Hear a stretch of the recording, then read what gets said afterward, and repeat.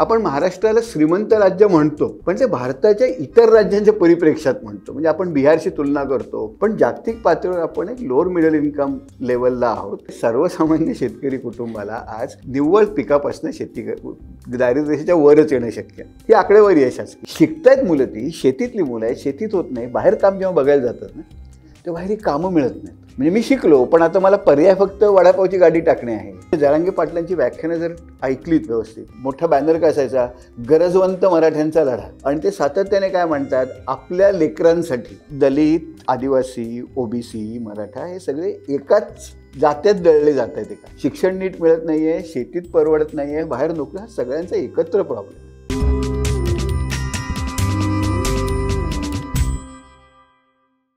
गंगेच्या काठावर भाजपनं राजकीय संस्कृती कशी जोपासली? येत्या 10 वर्षात जातीचा आणि आरक्षणाचा प्रश्न नक्की कसा इव्हॉल्व्ह होणार? एआय मुळे सरकारची डोकेदुखी वाढणार की थांबणार? राज्याचं आणि देशाचं राजकारण सोशल मीडिया नक्की कसं इन्फ्लुएन्स करणार? श्रीमंत व्हायचं म्हणजे नक्की काय करायचं? अशा फ्युचरिस्टिक प्रश्नांवरचं इन्साइट्स देणारा व्हायटल कंटेंट नेटवर्कचा पहिला दिवाळी अंक द इन्साइट. प्रकाशक विनायक पाचलक, संपादक सचिन परब. अंक घरपोच मागवण्यासाठी डिस्क्रिप्शन मध्ये दिलेल्या लिंकवर क्लिक करा. शिवाय अंक सर्व प्रमुख स्टॉल्सवर देखील उपलब्ध आहे. नमस्कार, मी विनायक पाचलक आणि थिंक बँकच्या बिहाइंड द सीन्स मध्ये तुम्हा सगळ्यांचं पुन्हा एकदा मनापासून स्वागत. आज एक विशेष भाग आहे. गेले काही दिवस सातत्यानं विकास, मागासलेपण या सगळ्याविषयी चर्चा चालू आहे. या आर्थिक गोष्टींबद्दल चर्चा चालू आहे, सामाजिक गोष्टींबद्दल चर्चा चालू आहे. आणि या सगळ्यावर चर्चा करण्यासाठी माझ्याबरोबर आज एक अतिशय महत्त्वाची व्यक्ती आहे, प्राध्यापक डॉक्टर नीरज हातेकर सर. सर, स्वागत आहे तुमचं थिंक बँकवरती. सर, गेले कित्येक वर्ष इकॉनोमेट्रिक्स हा जो विशेष भाग आहे इकॉनॉमिक्स मधला, त्याच्यात काम करतात. डेव्हलपमेंट इकॉनॉमिक्समध्ये काम करतात, डिपार्टमेंट ऑफ डेव्हलपमेंटमध्ये इकॉनॉमिक्स शिकवतात. या सगळ्याच्या पलीकडे जाऊन त्यांनी लिहिलेले वेगवेगळे लेख तुम्ही वाचले असतील वेगवेगळ्या वर्तमानपत्रात. मग त्याच्यात बहुआयामी मागासपणाबद्दल असेल, महाराष्ट्राच्या विकासाबद्दल असेल, नोकऱ्यांबद्दल असेल, आरक्षणाच्या प्रश्नाबद्दल असेल, या सगळ्या विषयी यात सरांची सविस्तर चर्चा करायची. सर, स्वागत आहे थिंक बँकवरती. आणि सुरुवात आपण महाराष्ट्रापासून करू आणि मग नंतर देशाकडे जाऊ. आत्ताची महाराष्ट्राची परिस्थिती तुम्ही वेगवेगळ्या अँगलनं सातत्यानं तपासताय, अभ्यासताय. तुमच्या कारकिर्दीचा बहुतांश भाग महाराष्ट्रात गेलाय, आत्ताही तुम्ही महाराष्ट्राबद्दल काम करता. काय वाटते स्थिती राज्याची? राज्याची स्थिती मला वाटतं काही बाबतीत आशादायी आहे, काही बाबतीत चिंताजनक. आशादायी म्हणजे आपल्याला माहिती आहे की महाराष्ट्र हे पूर्वीपासून एक प्रागतिक राज्य समजलं जातं. इथे आपल्याकडे शिक्षणाची इतर राज्यांच्या तुलनेत बऱ्याच बाबतीत आपल्याकडे परिस्थिती चांगली, उदाहरणार्थ कायदा सुव्यवस्था ही परिस्थिती आपल्याकडे चांगली आहे. मुंबईसारखी शहर आहे जे आर्थिक राजधानी आहे देशाचं.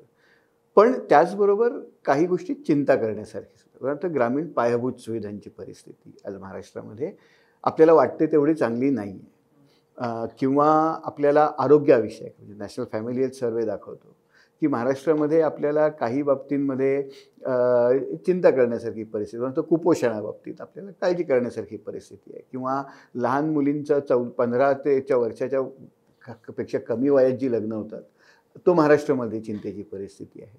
तर निर्णयाच्या बाबतीत अशी मिक्स्ड परिस्थिती आज महाराष्ट्राची आहे. तुम्ही एक पोस्ट टाकलेली फेसबुकवरती 2-4 दिवस झाले असतील की महाराष्ट्राचं दरडोई उत्पन्न हे काय आहे आणि ते कुणाच्या दर्जाला जाऊन थांबतं, ते थोडं सविस्तर समजावून सांगा.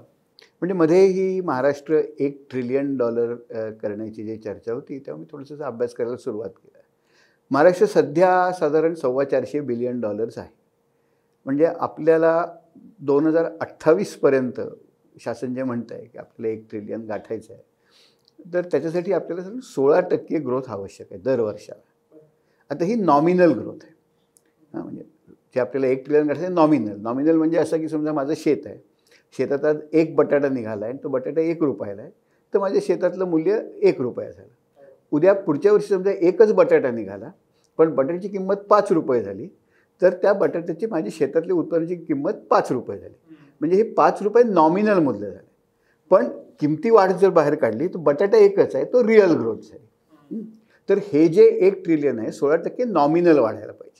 आता थोडंसं मला काळजी करण्यासारखं वाटलं, कारण महाराष्ट्राची जर रिअल ग्रोथ बघितली तर ही गेल्या 2011-12 पासून सरासरी 5%. आपण जर त्यातले अपडाऊन्स काढून टाकले तर 5%, 4 ते 5% दरम्यान येते. मग आपल्याला 16% नॉमिनल ग्रोथ गाठायची असेल तर 10-11% महागाई आली पाहिजे. 10-11% महागाई असल्याशिवाय ते 16% नॉमिनल होणार नाही. बरं, रिझर्व्ह बँक जर म्हणते की आम्ही 6%च्या वर महागाई जाऊ देणार नाही, तर ही 10-11% महागाई येणार कशी? त्यामुळे मी थोडंसं शोध घ्यायचा प्रयत्न केला. मला असं वाटतं की आपण सध्या ज्या ग्रोथ रेटने, म्हणजे अगदी 6% जरी ग्रोथ रेट आपण गाठला तरी ही 1 ट्रिलियन आपण 31-32 सालापर्यंत, 28 नाही पण 31-32 सालापर्यंत आपण गाठू शकू. पण त्याच्यापेक्षा महत्त्वाचा प्रश्न आपलं दरडोई उत्पन्न किती आहे हा आहे. म्हणजे नुसती भाकरी, एका टोपलीत किती भाकरी आहेत हे जेव्हा आपण बघतो तेव्हा घरात खाणारी तोंड किती आहेत हेही बघणं आवश्यक आहे ना. समजा व्यक्ती 2 असतील आणि 4 भाकऱ्या असतील आणि व्यक्ती 10 असतील आणि 5 भाकऱ्या असतील, तर फक्त भाकऱ्या वाढल्या म्हणून हे जे दुसरं कुटुंब आहे अधिक संपन्न आहे असं म्हणता येणार नाही आपल्याला. तर महाराष्ट्राचं दरडोई उत्पन्न या क्षणी साधारण 1,60,000 रुपयापर्यंत आहे. आपल्याला शासनाचाच डेटा आपल्याला दाखवतो. 11-12 साली 1,13,000च्या आसपास, म्हणजे साधारण 4% कंपाऊंड ग्रोथ आपल्याला आहे. 4%ने आपण पर कॅपिटा इन्कम वाढतो आणि स्टेटचं GDP पण अराउंड त्यातच वाढतं. आता 4%ने आपण जर वाढणार असू आणि सध्या आपलं 1,60,000 आहे, $80 पकडला, $2,000 आपलं दरडोई उत्पन्न आहे. महाराष्ट्र हा देश असता, महाराष्ट्र पुरेसा मोठा आहे, महाराष्ट्र देश असता तर आपण एक लोअर मिडल इन्कम इकॉनॉमीमध्ये गेलो असतो. म्हणजे आपण साधारण जागतिक बँकेचे जे क्लासिफिकेशन आहे 1,000 ते $4,000 दरडोई उत्पन्न, याच्यामध्ये आपण 2000 मध्ये लोअर मिडल इन्कम कंट्री म्हणजे नायजेरिया किंवा काँगो या देशांच्या आसपास आपण आहोत. म्हणजे एक जागतिक परिप्रेक्ष्यात जर बघायचं तर आपण कधी कधी चुकून काय करतो माहिती आहे ना, आपण असे ॲब्सोल्यूट फिगर्स काहीतरी येतात. म्हणजे आपण मध्ये UKच्या इकॉनॉमीला मागे टाकलं आणि 5th लार्जेस्ट इकॉनॉमी झालो वगैरे, बरोबर. पण ते पुन्हा टोपलीत भाकरी कितीपेक्षा खाणारी तोंड किती आहेत. म्हणजे UKचं जे दरडोई उत्पन्न आहे ते दरडोई उत्पन्न जर भारताला गाठायचं असेल तर सध्याचा भारताचा ग्रोथ रेट बघितला तर UKचं सध्याचं दरडोई उत्पन्न गाठायला आपल्याला 103 वर्ष लागणार. तोपर्यंत UK कुठे जाईल. तसंच महाराष्ट्राचं पण साधारण आपण व्हिएटनामशी तुलना केली तर व्हिएटनामचं दरडोई उत्पन्न $4,000 आहे. व्हिएटनामसुद्धा खरं तर सुरुवातीला 60च्या दशकामध्ये आपल्यासारखाच एक गरीब राष्ट्र होतं, मोठे युद्धातनं ते निघाले. पण 80-90च्या दशकामध्ये वेगाने ग्रोथ झाली. आज ते $4,000. आपल्याला तिथपर्यंत जर जायचं असेल आणि आपला करंट ग्रोथ रेट जर 4% घेतला तर परत 30-35 वर्षापर्यंत आपण व्हिएटनामपर्यंत जाऊ शकतो.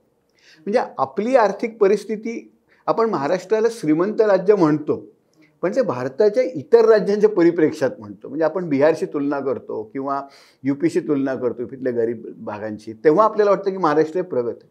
पण जागतिक पातळीवर आपण एक लोअर मिडल इन्कम लेवलला आहोत आणि साधारण व्हिएटनामसारख्या देशापर्यंत सुद्धा पोहोचायला आपल्याला खूप मोठा पल्ला अजून गाठायचा आहे. हा शब्दप्रयोग कदाचित चुकीचा ठरेल पण वासरात लंगडी गाय शहाणी असं जे म्हणतात त्या पद्धतीनं आपण स्वतःला कम्पेअर करतो. तशा तऱ्हेने आपण स्वतःला कम्पेअर करतो. पण मग महाराष्ट्राला खरंच 1 ट्रिलियन गाठायचं असेल तर त्यासाठी काय घडायला हवं, काय घडते आणि काय नाही, याचा तुमचा अभ्यास काय सांगतो? मला वाटतं आपण जर व्हिएटनामकडे कसं झालं किंवा चीनने हे कसं साध्य केलं याचा जर थोडा अभ्यास केला, कारण हे आपल्यासारखेच देश होते ना, तर चीनमध्ये किंवा व्हिएटनाममध्ये आणि आपल्यामध्ये एक महत्त्वाचा फरक आहे की तिथल्या सरकारांनी सर्वसामान्य लोकांच्या आरोग्यामध्ये, शिक्षणामध्ये मोठ्या प्रमाणात गुंतवणूक केली. त्यामुळे चीनमध्ये, व्हिएटनाममध्ये ऑलरेडी लिटरेट कामगार, चांगलं शिकलेला, चांगलं आरोग्य असलेला उपलब्ध होता. मग काय झालं की मग त्यांनी हळूहळू जेव्हा त्यांचे कम्युनिस्ट राजवटी बाजारपेठेकडे झुकायला लागल्या तेव्हा त्यांनी जगभरच्या बाजारपेठा या चीप लेबर इंटेन्सिव्ह कमॉडिटीजने कॉम्पीट करायला सुरुवात केली. मग त्यांनी युरोपशी कॉम्पीट केलं, त्यांनी अमेरिकेशी कॉम्पीट केलं, त्यामुळे ते आमच्या नोकऱ्या जात आहेत वगैरे, तिथल्या जॉबशी कॉम्पीट केलं आणि त्याप्रमाणे इथले लोकल धंदे मोठ्या प्रमाणात वाढायला लागले. त्यात त्यांची ग्रोथ झाली. सुरुवातीला ते आपल्यासारखेच गरीब होते, नंतर ते ह्युमन कॅपिटल इंटेन्सिव्ह झाले, म्हणजे त्यांच्यामध्ये शिक्षण आरोग्यावर गुंतवणूक झाली आणि मग त्याच्यानंतर ते fast growing human capital intensive झाले. आता आपल्या पुढे अडचण काय आहे की आपण हा पाथ तसं फॉलो करू शकत नाही आहे. म्हणजे सरकार जरी ते करायचा प्रयत्न करते, मॅन्युफॅक्चरिंग यावं वगैरे, हा पाथ आपण नाही फॉलो करत, कारण आपली व्हिएटनामची किंवा चीनची स्पर्धा ही अमेरिका युरोपशी होती. ते मार्केट संपले आहेत. आता आपली स्पर्धा व्हिएटनाम आणि चीनची आहे. आपल्याला जर 30 मार्केट्स गाठायची असतील तर आणि व्हिएतनाम आणि चीनमध्ये ऑलरेडी मोठ्या प्रमाणात ह्युमन कॅपिटल इन्व्हेस्टमेंट आहे. तिथली माणसं खूप जास्त शिक्षित आहेत. तर जगातल्या पहिल्या 100 विद्यापीठात चीनमधली 7 विद्यापीठ आहेत. आपण कुठेच नाही आहोत तिथे. आरोग्य व्यवस्था सुंदर आहे. त्यांनी मधल्या काळात पायाभूत सुविधा सुंदर करून घेतलेल्या आहेत. त्यामुळे ह्या सगळ्या ज्या स्पर्धात्मकतेच्या बाबी असतात त्या आपल्याकडे नाही आहेत. तेव्हा आपण त्या पाथने जाऊच नाही. आपण काय करावं, आणि रघुराम राजने वारंवार म्हणतायत, आणि तिथे मला वाटतं थोडं जास्त लक्ष दिलं पाहिजे. त्यांच्या म्हणण्यात सुद्धा मर्यादा आहेत, पण त्यांचं म्हणणं असं आहे की आपण हा पाथ घ्यायचाच नाही. म्हणजे शेती टू मॅन्युफॅक्चरिंग टू सर्व्हिसेस हा जो युरोपियन देशांचा पाथ आहे किंवा चीन किंवा व्हिएतनामने घेतलेला आहे. आता इतिहास परिप्रेक्ष्य बदलला आहे. आता आपल्याकडे स्पर्धा कशात करता येईल, तर आपल्याला स्वस्त सर्व्हिसेसमध्ये स्पर्धा करता येईल. We have to compete with services. त्या सर्व्हिसेस म्हणजे मग आता उदाहरणार्थ अमेरिकेतल्या कुठल्या तरी बँकेचे रिस्क मॉडेल्स असतील, हे जालन्यातनं कोणतरी कंपनी करू शकते ना. तर दॅट काइंड ऑफ सर्व्हिसेस. पण त्याच्यासाठी सुद्धा आपल्याला मोठ्या प्रमाणात शिक्षण आणि आरोग्य आणि पायाभूत सुविधांवर इन्व्हेस्ट करणं गरजेचं आहे. कारण त्या टाईपची ट्रेन मॅनपॉवर कुठे आहे आपल्याला. So I think what we have to primarily do is identify आपल्या स्ट्रेंथ्स काय आहेत इंटरनॅशनली सर्व्हिसेसमध्ये, कुठे गॅप्स आहेत, कुठे आपण करू शकतो, आणि त्याप्रमाणे लोकांचं स्किलिंग, आणि हे शॉर्ट टर्ममध्ये, आणि मोठ्या प्रमाणातमध्ये आपल्याला we have to look at broader kind of, म्हणजे शिक्षण, आरोग्य याच्यावर, ग्रामीण पायाभूत सुविधा या कशा चांगल्या करता येईल, इंटरनेट कनेक्टिव्हिटी कशी चांगली करता येईल, बाजारपेठा कशा जोडून घेता येतील, हे बघणं आता खूप गरजेचं आहे. तुम्ही म्हणताय ते कदाचित लॉंग टर्म सोल्युशन असू शकतं की शिक्षित मनुष्यबळ तयार होईल आणि मग ते सर्व्हिस सेक्टरला जाईल. पण कायम सगळे धोरणकर्ते आणि काही उद्योजक सुद्धा अशी थेरी मांडतात की स्किल्ड लेबरसाठी सर्व्हिसेस आहेत. अनस्किल्ड लेबरला कॅटर करायला अजूनही शेती आणि मॅन्युफॅक्चरिंग हे दोनच सेक्टर आहेत. अनस्किल्ड लेबर जास्त आहे म्हणून मॅन्युफॅक्चरिंग यायला हवं, म्हणून मग PLI सारख्या स्कीम येतात आणि महाराष्ट्रात मग सुद्धा MIDCs वगैरे येतात. हे खरं आहे का? असंच असतं का? आणि असं नसेल तर अनस्किल्ड लेबरचं काय होतं महाराष्ट्रात? आपण थोडी आकडेवारी बघूया. म्हणजे पहिल्यांदा शेतीकडे बघूया. 2018-19 म्हणजे राष्ट्रीय नमुना चाचणी संस्था जी आहे, NSSO national sample survey organisation, ही दर 5 वर्षाने भारतातल्या शेती कुटुंबांच्या आर्थिक परिस्थितीचा अभ्यास करते. म्हणजे status of agriculture household in India म्हणून त्यांचा रिपोर्ट येतो. तो रिपोर्ट 2019चा शेवटचा रिपोर्ट आहे. त्यामध्ये काय दिसतं आपल्याला, महाराष्ट्रातलं जर कृषी कुटुंब घेतलं, शेती करणारं कुटुंब सरासरी, ते अल्पभूधारक आहे, कोरडवाहू करणार आहे. त्याला 4 स्रोतातनं उत्पन्न येतात. एक तर डायरेक्ट पिकांपासून येतं, दुसरं शेतजमीन भाड्याने वगैरे देऊन त्यातनं काही येतं, नंतर काही पशुपालनातनं येतं, आणि मग उरलेलं जे उत्पन्न आहे शेतीच्या बाहेर काहीतरी काम करून येतं. म्हणजे काहीतरी दुकानात काम केलं किंवा दुसऱ्या शेतावर काम केलं. हे आकडे बघूया आपण. महाराष्ट्रातल्या सरासरी उत्पन्न पिकांपासून किती येतं सरासरी, केवळ निव्वळ शेतीपासून, म्हणजे मी काय ऊस लावला किंवा ज्वारी लावली त्यातनं खर्च वजा जाता मला किती मिळतात, तर हे महिन्याचं उत्पन्न 3,900 रुपये. बापरे. आणि म्हणजे मी सोपं करतो, फक्त शेती करतोय, फक्त पीक, मी त्याच्यात काहीतरी इन्व्हेस्ट केले पैसे खतात पाण्यात इकडे तिकडे आणि त्यातनंच येणारं आउटकम काढलं तर जमा वजा खर्च फक्त 3,900 रुपये. आणि ह्याच्यामध्ये स्वतःची खर्च वगैरे इम्प्यूट केलेले आहेत. म्हणजे स्वतःची मॅनपॉवर कॉस्ट त्याच्यात पकडलेली नाही, पकडून ती सुद्धा वजा केली. ओके, ती सुद्धा 3,900 रुपये काही. बरं, आता याच्यात प्रॉब्लेम काय होतो की म्हणजे 2012ची जी तेंडुलकर लाईन आहे, बावर्टी लाईन, ही साधारण आपण जर आजच्या किमतीत बघितली तर ही 6,000 रुपयापर्यंत येते. बरं, म्हणजे सर्वसामान्य शेतकरी कुटुंबाला आज निव्वळ पिकापासून शेती दारिद्र्याच्या वरच येणं शक्य नाही महाराष्ट्रात. ही आकडेवारी आहे शासकीय, आणि हे मान्य आहे, सर्व मान्य आहे, त्या आकड्यावरचा काय प्रॉब्लेम नाही आहे. आता पशुपालनापासून किती रुपये मिळतात, तर 500 ते 550 रुपये महिन्याला मिळतात. जमीन भाड्याने देण्यापासून सगळ्यात मोठा सोर्स काय आहे, जवळजवळ 4,500 रुपये हा बाहेर, शेती बाहेर काम, गावात कुठेतरी दुकानात काम केलं किंवा काय रिक्षा चालवली किंवा काय इतरांच्या शेतावर काम केलं, यातनं 4,500, एकूण महिन्याचं उत्पन्न 9,500 ते 10,000 रुपये हे आधी शेतकरी कुटुंबाचं होतं, म्हणजे वर्षाला 2.25 रुपये. आणि महाराष्ट्रात दरडोई उत्पन्न 1,60,000 आहे, म्हणजे शेतकऱ्यांचं 2.25 आहे. हे बरोबर फिगर्स तिथे बसतात सुद्धा. 2.25 रुपये वर्षाला आहे. गावांमध्ये शाळांच्या फिया 50,000 रुपये झालेल्या आहेत. आणि त्यामुळे मग अनेक जे सांस्कृतिक प्रॉब्लेम येतात, सामाजिक प्रॉब्लेम येतात, ते आपल्याला तिथे दिसतात. आता हे 4,500 रुपये तर ते कुठनं येतात, ही मुलं करतात काय, हे मोठं इंटरेस्टिंग आहे. म्हणजे महाराष्ट्राची आजची लोकसंख्या साधारण एक 13-14 कोटी पकडली. PLFS जो पिरियडिक लेबर फोर्स सर्वे होतो, दर 3 महिन्याने होतो, त्याच्यामध्ये वर्क फोर्स पार्टिसिपेशन रेट आणि लेबर फोर्स पार्टिसिपेशन रेट असतं. लेबर फोर्स पार्टिसिपेशन रेट म्हणजे काय, तर काम करू शकणाऱ्या वयातली जी लोकसंख्या आहे 15 ते 60 ही पकडूया आपण. यातले काही सगळेच लोक काम करत नाहीत, काही गृहिणी असतात, काही अभ्यास करत असतात, काही शाळेत असतात. तर ह्यातले काम करणारे किंवा काम शोधणारे हा टक्के किती आहे, तर ही महाराष्ट्रात 57% आहे. स्त्रियांची खूप कमी आहे, पुरुषांची जास्त आहे, पण ॲव्हरेज 57%. म्हणजे आपल्याला साधारण 13 कोटीचे हे आपल्याला 13 कोटीचे आपल्याला 57%, म्हणजे एक 7.5-8 कोटी रुपये रफली सांगतो, 7.5-8 कोटी लोक झाले. यातले 45% लोक शेतीत पूर्ण वेळ शेतीत आहेत. म्हणजे 55% लोक हे आपल्याला आता शेतीबाहेर आहेत या 8 कोटीमधले. म्हणजे साधारण आपल्याला झाले 4-4.25 कोटी झाले. बरोबर. आता हे लोक करतात काय, तर ह्यातल्या ऑर्गनाईज सेक्टरमध्ये किती आहेत. ॲन्युअल सर्व्हे ऑफ इंडस्ट्रीजचा डेटा आहे. तो ॲन्युअल सर्व्हे ऑफ इंडस्ट्रीजचा डेटा आपल्याला असं सांगतो की ह्यातले साधारण 20 लाख लोकांना 10पेक्षा जास्त कामगार असलेल्या फॅक्टरीच्या असलेल्या कंपन्यांमध्ये नोकऱ्या आहेत. 20 लाख. उरलेले जे 2-3 कोटी आहेत ते इथे नाही आहेत.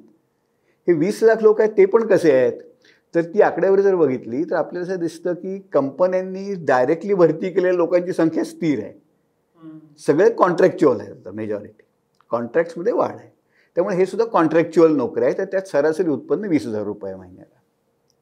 उरलेले जे सगळे आहेत ते 20 लाख काढून टाकले तर काही कोटी करतात काय, तर महाराष्ट्रामध्ये ग्रामीण आणि शहरी भागांमध्ये छोट्या छोट्या आस्थापना आहेत आणि जवळजवळ 90% आस्थापनांमध्ये मॅक्सिमम कामगारांची संख्या 4 आहे. मॅक्सिमम. मीडियन आस्थापना जी आहे ती एकच माणसाची आहे, ज्याला ओन अकाउंट एंटरप्राइज म्हणतात. म्हणजे वडापावची गाडी टाकली, रिक्षा चालवली, ह्या सगळ्या ज्या येतात ना, या सगळ्या ओन अकाउंट एंटरप्राइजेस आहेत. म्हणजे एक खूप मोठं असंघटित क्षेत्र आहे. यात लहान लहान उद्योग लोकांकडे आहेत. त्यात मेजॉरिटी उद्योग काय आहेत, तर मोठे. त्यात एक नॅशनल इंडस्ट्रियल क्लासिफिकेशन एक खूप छान नाव देतं, enterprise specialising in retail sale of food beverages और टोबॅको. म्हणजे चहा, बिडीचं, पान, सिगरेटचं, चहा, भजी, पान, बिडी, सिगरेटचं दुकान. हे थोडक्यात टपरी. तर हे खूप मोठ्या प्रमाणावर टपरी चालवणे किंवा वाहतुकीत म्हणजे रिक्षा चालवणे किंवा छोट्या मोठ्या कन्स्ट्रक्शनमध्ये कामं करणे, अशा तऱ्हेची सगळी ही एम्प्लॉयमेंट महाराष्ट्रामध्ये आज आहे.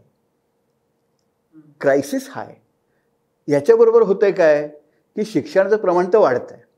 बरं, हा जो भाग आहे हे जे आहे सगळं, ही सुद्धा एम्प्लॉयमेंट आहे ना, ही शेती बाहेरची, ही महाराष्ट्रभर नाही आहे. ही सगळी दक्षिण पश्चिम महाराष्ट्रात कॉन्सन्ट्रेटेड आहे आणि हे कॉन्सन्ट्रेशन वाढतं आहे. आणि मला सुरुवातीला वाटलं की 2004-05 दरम्यान ते 11-12पर्यंत आपली वेगाने ग्रोथ झाली. त्यामुळे या एंटरप्राइजची संख्या वाढली, एक ताकद वाढली असेल ना. म्हणजे रस्त्याच्या कडेला हॉटेल आहे आणि आर्थिक विकास झाला तर हॉटेलपर्यंत 2 वेटर होते, आता 4 वेटर झाले. तसं होत नाही. त्या हॉरिझॉन्टली वाढत आहेत. म्हणजे त्या हॉटेलमध्ये एकच वेटर राहील, बाजूला दुसरी टपरी लागेल, त्या बाजूला तिसरी टपरी लागेल. आणि ह्यातले 85% धंदे हे बँकांकडनं पैसे आणण्यात स्वतःच्याच पैशाने उभे आहेत. म्हणजे भयंकर अंडर कॅपिटलाइज आहे. त्यात भांडवली गुंतवणूक अत्यंत कमी आहे, उत्पादकता कमी आहे, वेजेस कमी आहेत. पण त्याचबरोबर शिक्षणाचं प्रमाण वाढतं आहे. आणि ते नेमकं कुठे वाढतं आहे वेगाने, ते मराठवाडा विदर्भात वेगाने वाढतं आहे. म्हणजे नॅशनल फॅमिली हेल्थ सर्वेची जी आकडेवारी येते आता नुकतीच 19, त्यात एक इंटरेस्टिंग प्रश्न असतो. ते घरामध्ये वडिलांचं शिक्षण विचारतात आणि शिक्षण पूर्ण झालेल्या मुलाचं शिक्षण किती बघतात. तसंच घरातल्या महिलेचं, वयस्कर महिला जी असेल ती किती शिकली, आणि तरुण मुलगी किंवा सून असेल तिचं पूर्ण शिक्षण झालं असेल ते किती झालं, हे प्रश्न विचारतो. आम्ही आकडेवारी नीट तपासली. म्हणजे महाराष्ट्रामध्ये सरासरी सासूचं वय शिक्षण 3.5 वर्ष आहे, सरासरी सासऱ्याचं वय 6 वर्ष आहे, शिक्षण 6 वर्ष आहे. ही गॅप जी होती ना ती आता कमी होते. आणि मुलाचं शिक्षण वजा वडिलांचं शिक्षण, सुनेचं शिक्षण वजा सासूचं शिक्षण, हे आपल्याला इंटरजनरेशनल मोबिलिटी दाखवतं.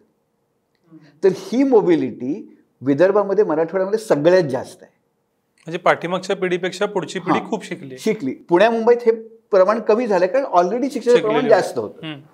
तर इथे मुलं शिकतायत मुलं, ती शेतीतली मुलं आहेत, शेतीत होत नाही. बाहेर काम जेव्हा बघायला जातात ना तेव्हा बाहेर ही कामं मिळत नाहीत. म्हणजे मी शिकलो पण आता मला पर्याय फक्त वडापावची गाडी टाकणे आहे किंवा दूध घालणे आहे किंवा गावातल्या साडीच्या दुकानात काम करणे आहे किंवा किराणा मालाच्या दुकानात काम करणे आहे. हा पर्याय मुलांना नको असतो शिकलेल्या मुलांना. आणि आईवडिलांना पण वाटतं अरे आपल्यापेक्षा मी तर 4थी पास आहे, हा तर 12वी पास झाला. पण ह्याला जर पर्यायच मिळत नसेल तर ह्यातनं तो असंतोष जो आहे. म्हणून गंमत म्हणजे PLFSमध्ये एक कॅटेगरी मिळते, not in employment education or training अशी कॅटेगरी. मुलांना विचारलं तुम्ही शाळेत शिकताय का, शिक्षण नाही, कुठे नोकरी करता का नाही, कुठे ट्रेनिंगमध्ये आहात का नाही.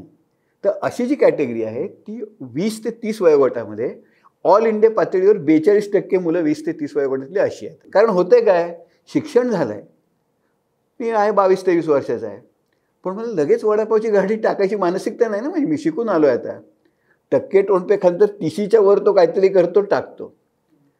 आणि मग ही जी मुलं आहेत त्यांना असलेला सोबत त्यांना सातत्याने मिळणारी व्हॉट्सअप युनिव्हर्सिटी आहे, सोबतच्या यातनं एक मोठा वर्ग असा तयार झाला आहे की ज्याला ॲक्सेस नाही.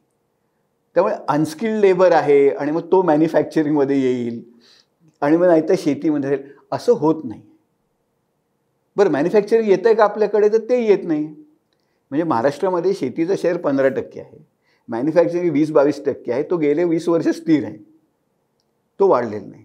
महाराष्ट्रात सगळ्यात मोठा शेअर कुठला आहे महाराष्ट्राच्या GDP मधला, तर सर्व्हिसेसमध्ये real estate, ownership of dwellings आणि टेक्निकल सर्व्हिस जो भाग असतो तो 22 ते 23% तो आहे.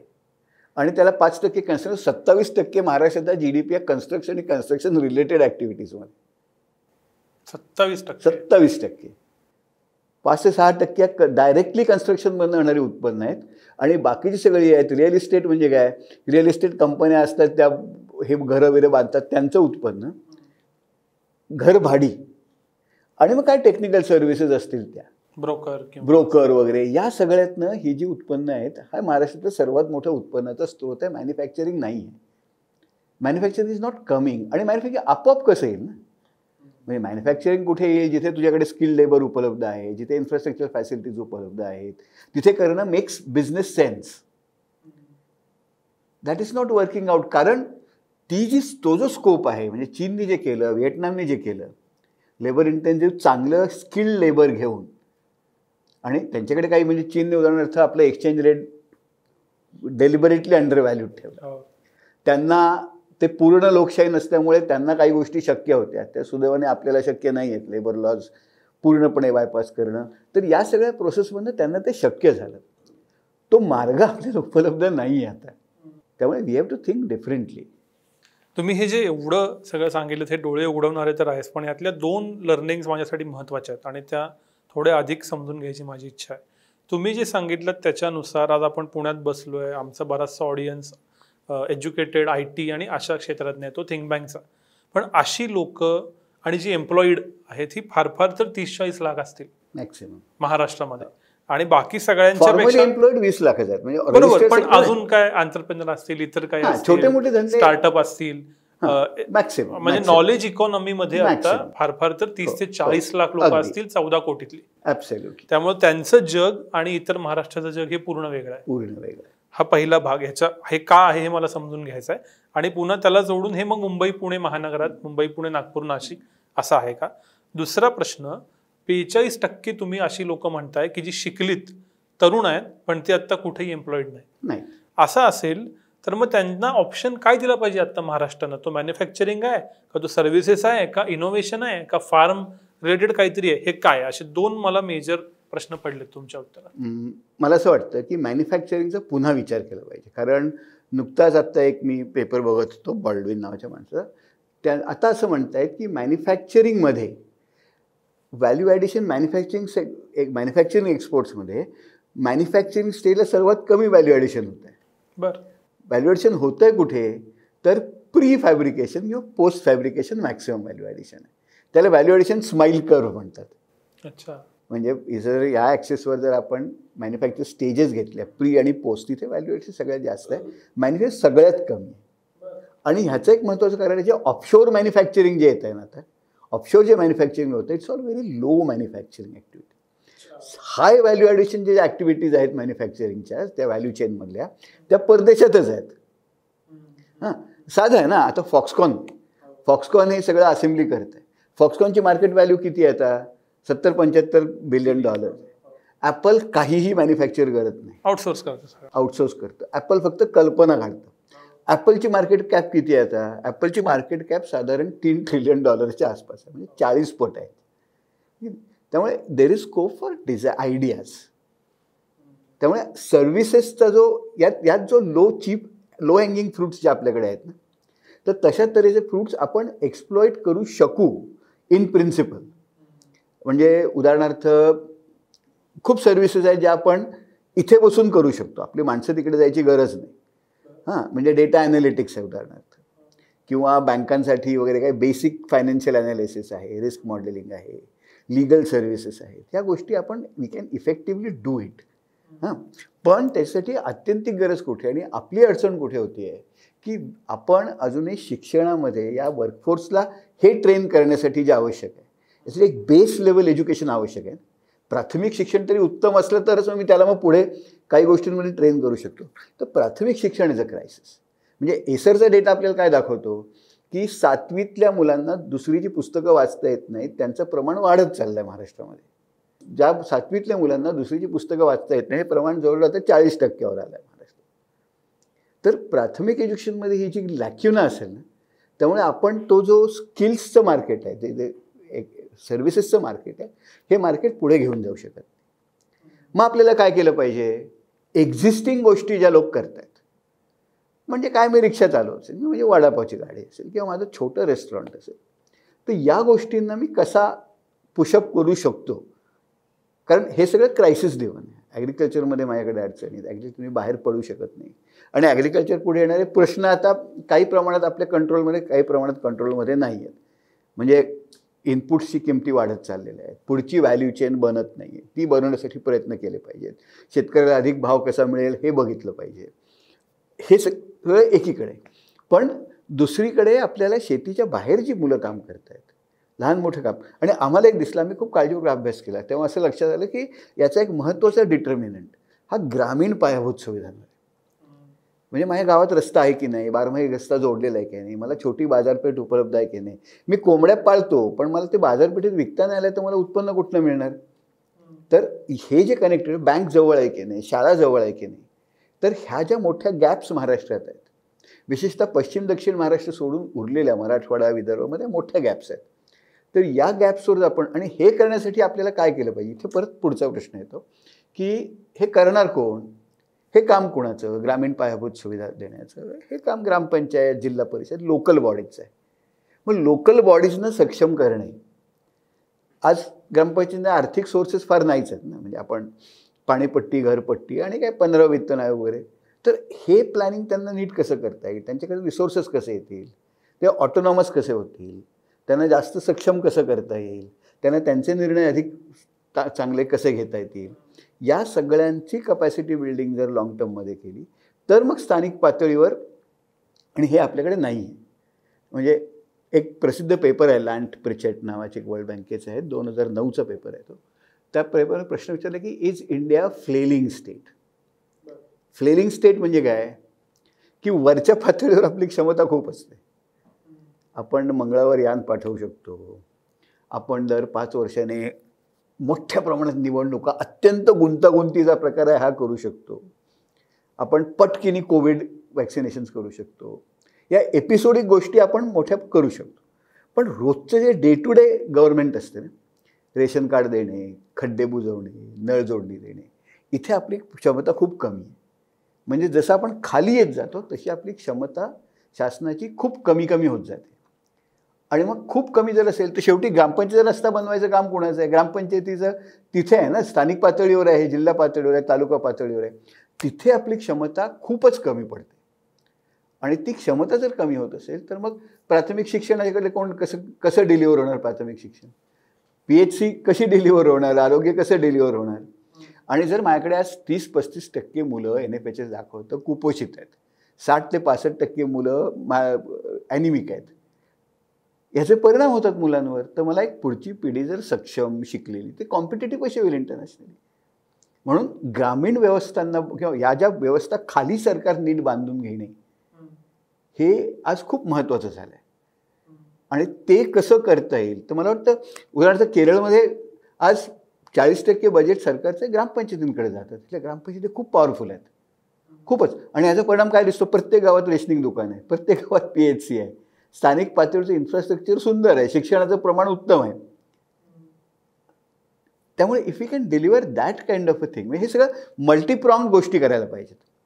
एकतर ग्रामीण पातळीवर खालच्या पातळीवर सरकारचे डिलिव्हरी मेकॅनिझम सुधारले पाहिजे, शिक्षणावर आरोग्यावर अधिक गुंतवणूक झाली पाहिजे, स्किलिंग आपल्याला आज ज्या आंतरराष्ट्रीय पातळीवर ज्या आपल्याला सर्व्हिसेसच्या एक्सपोर्ट्स करणं शक्य आहे त्या गॅप्स आयडेंटिफाय करून त्या दृष्टीने मुलांचं ट्रेनिंग आपण करून घेतलं पाहिजे. इंटरनली आपल्याला काय विकता येईल हे बघता आलं पाहिजे. म्हणजे उदाहरणार्थ साध्या मुलांना आपण बेसिक हेल्थ केअरमध्ये ट्रेन केलं, सर्टिफाय केलं, ते एक आरोग्यसेवक म्हणून काम करू शकतात, त्यांना काहीतरी रोजगार मिळू शकतो. किंवा आता अगदी बारीक गोष्टी, आपल्याकडे खूप लोकांना डोळ्याचे आजार आहेत माहीत नसतं, तर आता ती जी लेन्सकार्ट आहे, लेन्सकार्टने खूप छान प्रोसेस सुरू केली आहे. तो माणूस घरी येतो, मशीन घेऊन डोळ्याला लावतो, लगेच तुमचं काय ते कळतं, 2 दिवसात बनवलेला चष्मा घरी येतो. सर्व्हिस मॅन्युफॅक्चरिंग या दोन्हीचं इंटिग्रेशन झालं. हे किती शक्य आहे असं करणं आपल्याकडे. You have to kind of initiate या गोष्टी पकडून इनिशिएट करून सपोर्ट केल्या तर आपल्याला यातनं काहीतरी मार्ग तत्काळ काढता येईल. आमच्याकडं चेष्टेत असं म्हणली जातं की NH4च्या आजूबाजूचा महाराष्ट्र, तुम्ही ज्याला दक्षिण पश्चिम महाराष्ट्र म्हणताय, आणि बाकीचा महाराष्ट्र हा पूर्ण वेगळा आहे.